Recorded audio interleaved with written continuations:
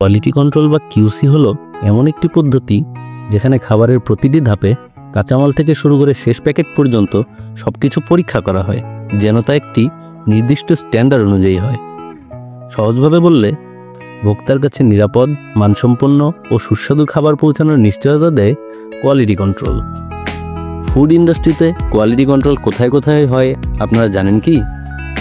প্রথমেই আসে র ম্যাটেরিয়াল বা কাঁচামাল, যেমন চাল, ডাল বা মশলা, এগুলোর গুণগত মান যাচাই করা হয়। এরপর আসে প্রসেসিং, যেখানে খাদ্য প্রক্রিয়াজাত করার সময় তাপমাত্রা, সময়, স্যানিটেশন সব পরীক্ষা করা হয়। এবার প্যাকেজিং, প্যাকেট ঠিক আছে কিনা, লেবেল ঠিক আছে কিনা, তাও কোয়ালিটি কন্ট্রোলের আওতায় পড়ে। এছাড়াও রয়েছে মাইক্রোবায়োলজিক্যাল টেস্টিং, যেখানে খাবারে ব্যাকটেরিয়া বা ক্ষতিকর উপাদান আছে কিনা ল্যাব টেস্টের মাধ্যমে পরীক্ষা করে দেখা হয়। ধরুন একটি বিস্কুট ফ্যাক্টরি, সেখানে প্রতিটি ব্যাচ থেকে কিছু বিস্কুট তুলে ল্যাবে নিয়ে যাওয়া হয়।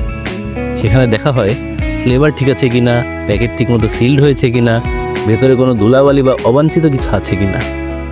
এই পুরো প্রক্রিয়াটি হলো কোয়ালিটি কন্ট্রোল।